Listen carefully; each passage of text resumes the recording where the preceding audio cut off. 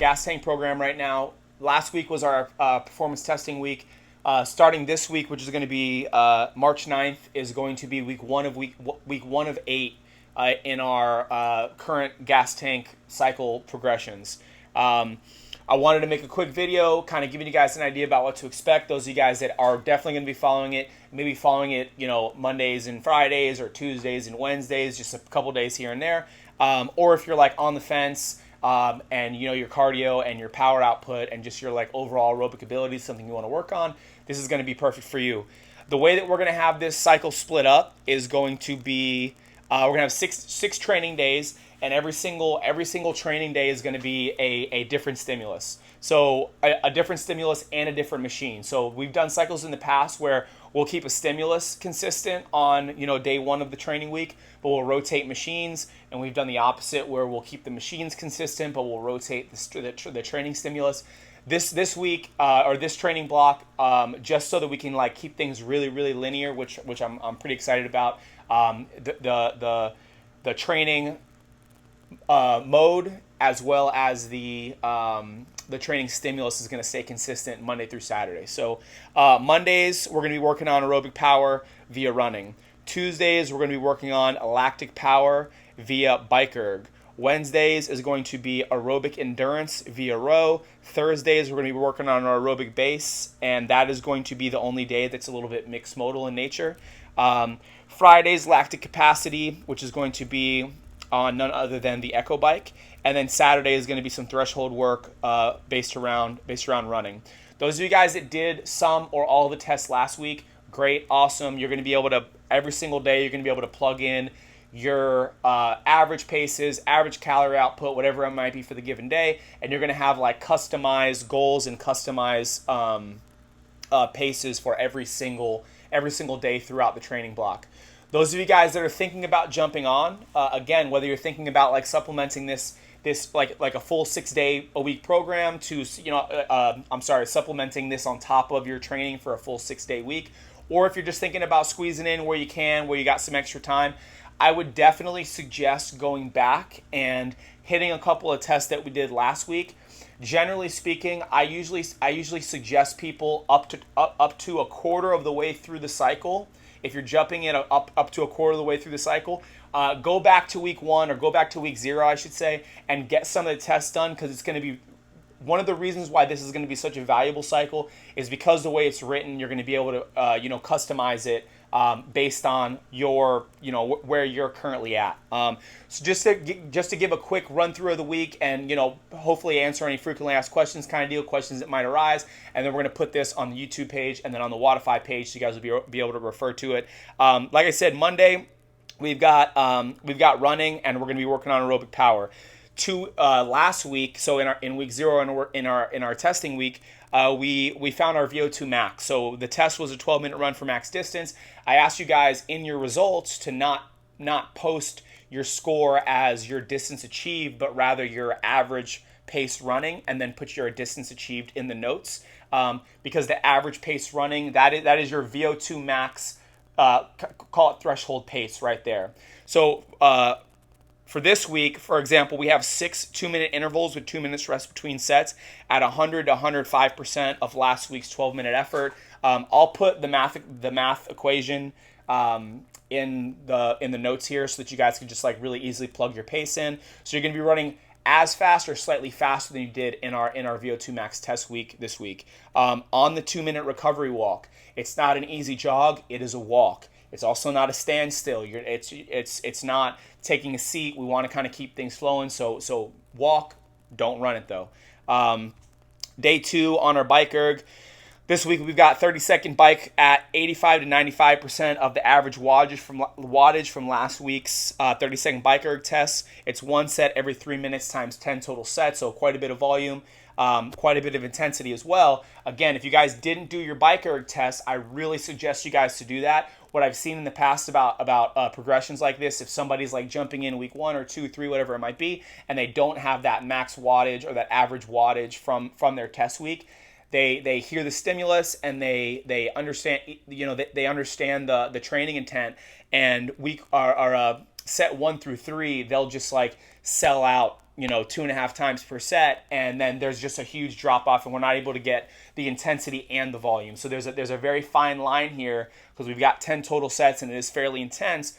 If we pass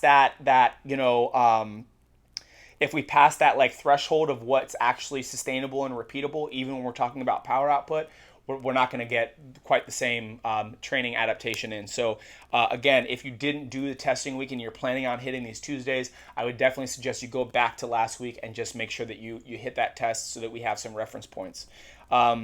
Wednesday is our aerobic endurance day, aka what we're calling it for this cycle, aerobic durability. It's going to be based off our 2K row, which obviously is super valuable for those of us that are doing CrossFit. I'd say the rower, relative to all the machines, is the most sports specific. So we're kind of killing two birds with one stone here. We're looking to increase our ability to row, like specifically on the rower, as well as working on some energy system stuff. So again, this is a super valuable day. You guys had a 2K time trial last week. This week we have 3 to 4 sets of an 8-minute row, 2 minutes rest between sets. 6 to 10 seconds slower than your average 500 pace in your completed 2K time trial. Now, when you see, especially with energy system stuff, because there's a very small window for margin of error as far as like perceived effort, and when things start to tailor off, and now when things start to drop off too much. Is there still value being had? Yeah, like we're still sweating, we're still burning calories. Maybe we're doing some maybe it dips into like some pain tolerance type work, which could be great for some of us. But that's not what the intention is today or in this program. This program is an energy system development program. So I gave you guys 3 to 4 sets. If come set 3, you're just trashed, you maybe you started off by adding 6 seconds to your pace per 500 relative to your 2K. You deteriorated to 10 seconds, and you're like, I can't hold this. This is done. This is not a like be tough and suck it up and keep going kind of thing. There's better stuff that we can do with that energy and that time. If you're not able to keep on pace, stick to the 3 sets. Make note, that's something that we can build upon. But what this is not is like oh, I can't hold the pace, but I got to try harder. I got to man up, whatever it might be, and I'm going to get that extra set done, even though it's from a quality perspective and a pace perspective, the energy output's just not there. That's not what we're looking for. So that's why I gave you guys a little bit of a range there as far as 3 to 4 sets. Thursday is going to be our aerobic base, aerobic endurance, zone 2 type day. Those of you guys that have heart rate monitors, great. If you don't have a heart rate monitor and you're following something like this, I would definitely suggest getting it. Even if you're just doing it, even if you're not doing something like this, often, being able to monitor your heart rate, whether it be on runs or like in Metcons, can be very, very valuable. There's a lot of like really valuable data that we can retrieve from that. But if you don't have a heart rate monitor, or you don't have one that you rely on and that you think is accurate, we want to keep this nasal, right? So, the mouth should be closed and you should be able to do all of your breathing through your nose. If at any point it gets to a point where you have to breathe out of your mouth, then we're probably going out of that zone 2 area. We're probably dipping into zone 3, and that's not what we're looking for today. It's got to stay in zone 2. So it's a 45-minute continuous effort, 15-minute row, 15-minute ski, 15-minute echo bike. Really, really easy. And this is hard for CrossFitters sometimes because we've all developed relationships with different machines and paces that we should be holding and, that kind of thing. It's going to be way slower than, especially if you've never done a program or a training session like this before. It's going to be much slower than anything that you're accustomed to. So, it's a bigger picture thing. Not every workout needs to be the hardest workout that you've ever done. There's a lot of really, really good stuff, not just performance-wise, but also just like overall health-wise and recovery-wise when we're talking about zone 2, longer extended aerobic pieces. So try to stay true to that. One other little side note on the heart rate thing. I'm not a huge fan of heart rate monitors on the wrist. It's just, because of its distance from the heart, it tends to not be quite as accurate. I much rather, and athletes that I work with on a one-to-one basis, if we're doing heart rate work, I much rather them have a heart rate, like a chest strap, which you can get off of Amazon for probably like $19 or something really cheap. But it's worth the investment, especially if you're somebody that's interested in seeing that data and doing it like the absolute, max potential of a way. Finishing up the week, Friday, we've got, we're on the echo bike, 1 minute echo bike, 2 minute easy spin times 3 to 4. So I'm sorry.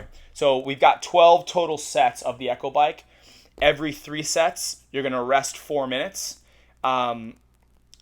And you're going to it's a 1 minute Echo Bike at 90% of last week's test calories achieved, their average, I should say. So last week, if you guys recall, was 1 minute hard Echo, 2 minute rest times 5 sets. Ideally, we have, however you guys ended up scoring it, it doesn't really matter. Whether you have one number that's probably close to the triple digits, if not in the triple digits, we would take that number, then divide it by 5. Or if you guys already have that and you scored it as your average, great. So that's the number that we're now referring to. All right. So if somebody got 100 calories over their 5 sets in last week's Echo Bike test, our average would be 20. So we're going 90. We're going 90% of 20, and then we're achieving that in 1 minute, followed by 2 minutes rest. Again, every 3 sets you're going to rest for 4 minutes, and you're repeating that again for 3 to 4 total blocks. It's really important when you guys are doing energy system work like this. If there's rest designed, if there's rest programmed, take the full rest. Even if you feel like you're fine, like you feel like you're recovered, that's not to say that you're still going to feel fine if you start cutting rest down and later in the workout. But it's also not just about how you feel; it's about what's happening inside your body. So make sure you're taking the full 2 minute easy spin on Friday's work, and then after every third set, you're taking a full 4 minutes. Something that really grinds my gears is I'll see notes from people, or people will tell me like, yeah, I ended up just resting 2 minutes instead of the 4 minutes because I felt fine. 9 times out of 10, if we look later in the workout, we'll see where where they weren't able to keep the intensity where they needed it to be, and then we're just not getting as much done as we possibly could within the training session. So keep that in mind.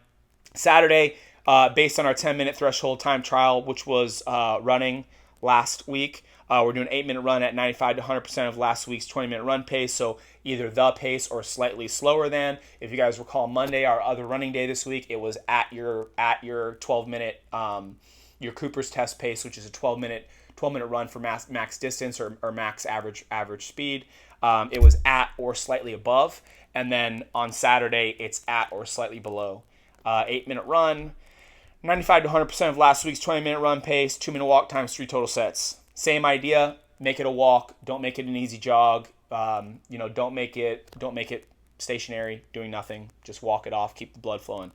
Last little note about when we're doing programs like this, especially this one, especially on like the higher intensity days, we don't want to, and we'll take Tuesday for example, where we have 10 sets of a 30-second bike erg. Every 3 minutes we're going at a really, really high effort, or even like the Echo Bike. But all the days for that matter, we don't want to come into the session completely cold and then like jump right into energy system work.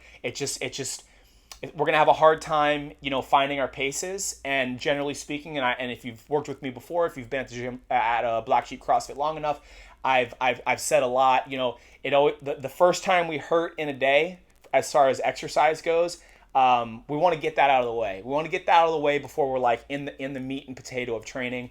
And again, that's just one example, but we also we want to get the blood flowing. We want to get oxygen going to the lungs a little bit at a higher rate than what might be normal. On the run days, we have programmed in 10-minute easy warm-up run. You should be doing something like that on every single day, with the exception of Thursday.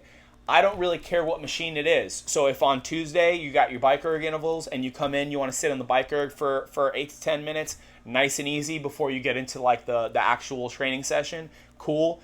The way I usually suggest people to do it, whatever machine that you're worst at, go ahead and do that machine as your warm-up across the board for the cycle. It's just easy. It's just more exposure, something that we might not be good at. And then, at the end of the cycle, if we had 10 minutes, if you're doing it 3 times a week, 10 times 3, that's 30 times, an 8-week training block, that's 4 extra hours of sitting on a machine that you might not be great at. So that can do nothing but just help. So whether you're going to run every day as a warm-up, whether you're going to pick your worst machine every day as a warm-up, or you're going to utilize the machine that we're using in the training that day as a warm-up, whatever you want to do is fine, but there's got to just be some type of, let's call it 8 to 15 minute warm-up before you get into the training. If you guys have any questions, feel free to leave a comment, shoot me a message, text me, hit me up on Instagram. But looking forward to this training cycle.